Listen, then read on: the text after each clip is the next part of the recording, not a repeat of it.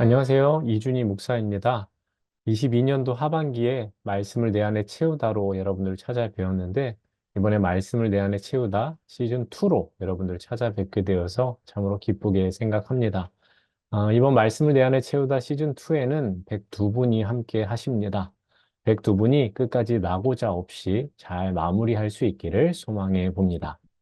여러분은 암송을 뭐라고 생각하십니까? 암송은 한자 뜻으로 보면 어두울 암자에 웰 송자입니다. 그러니까 암송은 말 그대로 어두운 곳에서 외운다라는 것인데요. 이 말을 다르게 바꿔보면 두 눈을 감고 외우는 겁니다. 주변을 어둡게 한다는 것은 또 다른 의미로는 집중해서 말씀을 대하는 건데요. 말씀 암송이라는 것이 우리가 좋은 건 아는데 막상 하려고 하면 부담이 되는 게 사실입니다. 말씀을 내 안에 채우다 이 시즌2를 통해서 우리가 말씀 암송을 부담스러운 것으로 여기는 것이 아니라 즐거움이 되는 계기가 되었으면 좋겠습니다. 그러면 강의 안내를 좀 드리겠습니다. 이번 강의는 강의를 듣는다라기보다는 이 강의에 함께 참여한다라고 생각해 주시면 좋겠고요. 6주간 우리가 총 39절을 암송하는 것이 목표입니다. 그렇지만 토시 하나 안 틀리고 내가 다 외우겠다. 참 좋은 목표인데요. 그렇게 되면은 좀 부담이 커지실 수 있으니까 말씀을 내 안에 계속해서 채워간다라는 생각으로 또 그런 마음가짐으로 참여해 주시면 좋겠습니다. 강의는 이렇게 진행이 될 예정입니다. 그날의 말씀을 우리가 함께 읽고요. 그다음 그 말씀 구절에 대한 해설을 우리가 보게 될 겁니다. 그리고 이제 암송을 하는데 총 5번 우리가 말씀을 반복해서 볼 겁니다. 첫 번째는 전체를, 그리고 두 번째부터 네 번째까지는 부분적으로 말씀 구절을 가릴 겁니다. 그러면 그 부분들을 외워서 암송하시면 되겠고, 마지막으로 다시 한번 전체 구절을 우리가 함께 암송하는데, 이 5번으로 충분할 수도 있지만 또 부족할 수도 있겠죠. 그러면 그 부분을 계속해서 반복해서 보시면서 암송을 하시면 됩니다. 우리에게는 하루하루를 이 한 구절 한 구절에 집중하는 거니까 충분히 한 구절 한 구절씩은 암송해 가실 수 있을 거라고 생각을 합니다. 출결 체크 안내도 드리겠습니다. 출석 체크는 문자로 할 예정입니다. 문자로 말씀을 암송했다라는 것, 그리고 제가 퀴즈를 함께 내드릴 텐데 그 퀴즈에 대한 답을 함께 저에게 보내주시면 됩니다. 그래서 예를 들어 드리면 아무개 집사입니다. 오늘 말씀 암송했습니다. 퀴즈 답은 1번입니다. 이렇게 보내시면 되는데요. 제가 예시를 이렇게 드리니까 정말 토시 하나 안 틀리고 이렇게 똑같이 보내주시기도 하는데 그것도 참 감사한데요. 그날 말씀에 대한 은혜에 대한 내용도 함께 적어서 보내주셔도 됩니다. 그거는 개인의 취향에 따라서 보내주시면 되는데 제가 이렇게 소통을 하다 보니까 그런 피드백을 주시면 참 좋더라고요. 뭐 강의에 대한 피드백도 좋고 아니면 그날 말씀에 대한 내용을 생각해 보니 이런 것들이 생각이 납니다. 뭐 이런 것이 은혜가 됩니다라고 저에게 보내주시면 제가 문자를 받을 때 기분도 좋지만 또 열심히 참여해 주시는구나라는 것을 제가 알게 되니까요. 한번 문자 보내실 때도 제가 보내드린 이 예시대로도 좋지만 또 각자의 취향을 또 각자의 생각을 그 안에 담아서 보내주시면 감사하겠습니다.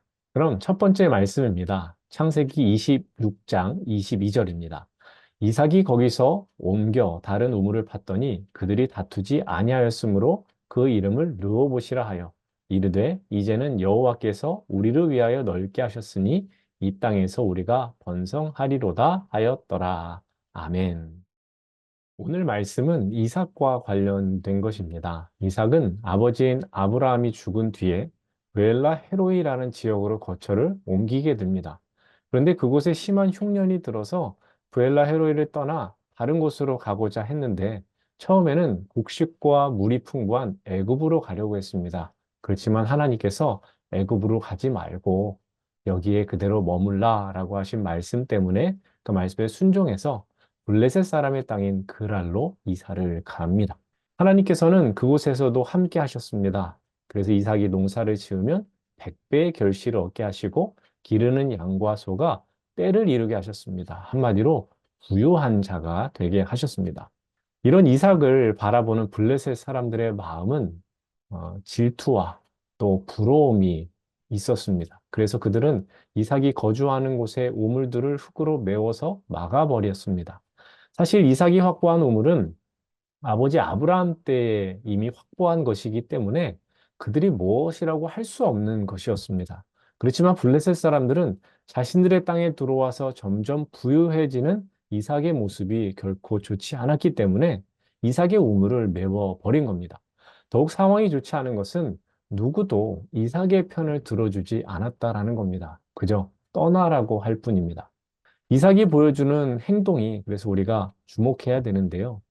항변을 할 만도 하고 권리를 주장할 만도 한데 이삭은 말없이 블레셋 사람들의 그 치사한 행동에 맞서지 않고 그곳을 떠납니다. 그리고 아버지 아브라함 때 팠던 우물들을 찾아서 다시 파기 시작합니다. 그랬더니 거기서 물이 샘솟았습니다. 그런데 블레셋 사람들은 이삭을 쫓아와서 자신들의 것이다. 이 우물도 우리 것이다 라고 하면서 그 우물을 빼앗고자 했습니다. 그래서 이삭은 이 우물을 에색, 다툼이라는 뜻의 에색이라고 이름 짓고 다른 곳으로 옮겨가서 또 우물을 팝니다. 새로운 곳에서도 물이 솟았습니다. 그러나 이번에도 블레셋 사람들의 우김이 계속됩니다. 이삭은 이번에도 그 우물을 내어주면서 대적하다라는 뜻의 신나라는 이름을 붙였습니다. 우물을 파서 물이 나오면 억지를 부리는 블레셋 사람들로 인해서 이삭이 참 힘들었을 텐데요. 그 힘든 일이 반복되었지만 결코 이삭은 싸우지 않았다는 겁니다. 미련 없이 그 자리를 떠나 다른 곳에 가서 우물을 파는 일을 할 뿐이었습니다. 그렇게 반복되던 일이 결국 마무리가 됩니다. 블레셋 사람들의 방해가 끝난 겁니다. 그래서 이삭은 새로 판 우물에 르호봇, 장소가 넓어지다, 넓다라는 뜻의 르호봇이라 이름을 붙이고 하나님께 경배를 올려드립니다. 과정 가운데 험난함이 있었고 손해도 분명히 있었지만 결국 하나님께서 자신이 거주할 넓은 땅을 주셨다는 것을 고백하게 된 것입니다. 그러면 이삭은 왜 블레셋 사람들이 치사하게 굴고 우물을 강제로 빼앗아 가는데도 군말 없이 다른 곳으로 옮겨갔을까라는 질문입니다. 이것은 이삭이 하나님의 함께 하심을 굳게 믿는 사람이었기 때문입니다. 그러니까 이삭은 블레셋 사람들의 시기와 질투로 인해서 계속해서 옮겨가기는 하지만 그러나 그렇게 떠나갈 수 있었던 데는 믿는 바, 즉 하나님을 믿는 마음이 있었기 때문입니다. 배수진이라는 말이 있습니다. 등배자, 물수자, 진칠, 진자를 씁니다. 그 뜻은 물을 등지고 진을 친다라는 것인데 어떤 일에 결사적인 각오로 임할 때 쓰는 것입니다. 만약에 이삭이 하나님의 함께 하심을 의심하는 사람이었다면 그는 자신을 향해서 억지를 부리는 블레셋 사람들과 죽기 살기로 싸웠을 겁니다. 그렇지만 이삭 뒤에는 누가 계십니까? 하나님이 계시죠. 하나님의 함께 하심을 믿고 이삭은 자신이 거하던 곳, 또 소중한 물이 담긴 우물도 포기하고 떠났던 것입니다. 이삭을 통해서 그래서 우리가 깨닫게 되는 건 그가 새 우물 파는 것을 두려워하지 않았다라는 겁니다. 이것은 우리가 동일하게 생각해야 되는 부분입니다. 그러니까 우리 또한 새 우물 파는 것을 두려워해서는 안 됩니다. 이삭은 블레셋 사람들의 시기와 질투로 계속해서 다시 시작을 해야 했습니다. 하지만 이삭은 그 새로운 시작을, 새로운 우물 파는 것을 두려워하지 않았습니다. 왜냐? 하나님께서 함께 하시니 다시 파면 된다라고 생각했기 때문입니다. 여러분, 우리에게도 이런 믿음이 필요합니다. 하나님의 말씀을 따라서 우물을 파고 또 파는 것. 그게 분명 수고로운 일이기도 하고 또 불안한 마음이 드는 일이기도 하지만 그러나 우리가 그때 하나님을 진정 의지한다면 우리 또한 이삭처럼 그렇게 우물을 파는 사람이 될 수 있을 겁니다. 우리에게도 이삭과 같은 그런 상황이 찾아올 겁니다. 그때 내가 이뤄놓은 것, 파놓은 우물을 우리가 아깝게 여겨서는 안 됩니다. 내 생각, 내 의지 내려놓고 함께 하시는 하나님을 바라보면서 우리는 새 우물을 파야 합니다. 그렇습니다. 우리는 이삭처럼 이 세상에서 우물을 파는 사람이 되어야 합니다. 이때 우물을 판다라는 건 기도하는 사람이 되는 겁니다. 내 뒤에 계시는 능력의 하나님, 그 하나님의 함께 하심을 바라보며 기도하는 사람, 그 사람이 우물을 파는 사람이라는 것을 여러분들이 기억하시기를 바랍니다. 그럼 오늘 말씀을 암송하겠습니다. 이삭이 거기서 옮겨 다른 우물을 팠더니 그들이 다투지 아니하였으므로 그 이름을 르호봇이라 하여 이르되 이제는 여호와께서 우리를 위하여 넓게 하셨으니 이 땅에서 우리가 번성하리로다 하였더라. 이삭이 거기서 옮겨 팠더니 그들이 다투지 아니하였으므로 그 이름을 르호봇이라 하여 이르되 이제는 우리를 위하여 넓게 하셨으니 이 땅에서 우리가 번성하리로다 하였더라. 이삭이 거기서 옮겨 다른 우물을 팠더니 그들이 아니하였으므로 그 이름을 르호봇이라 하여 이르되 이제는 여호와께서 위하여 넓게 하셨으니 우리가 번성하리로다 하였더라. 이삭이 거기서 옮겨 팠더니 그들이 아니하였으므로 그 이름을 시라 하여 이르되 이제는 우리를 위하여 넓게 하셨으니 이 땅에서 우리가 번성하리로다 하였더라. 이삭이 거기서 옮겨 다른 우물을 팠더니 그들이 다투지 아니하였으므로 그 이름을 르호봇이라 하여 이르되 이제는 여호와께서 우리를 위하여 넓게 하셨으니 이 땅에서 우리가 번성하리로다 하였더라. 창세기 26장 22절 말씀.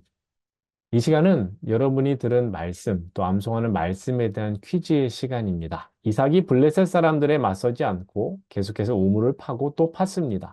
이 우물을 판 뒤에 비로소 블레셋 사람들과의 다툼이 끝났습니다.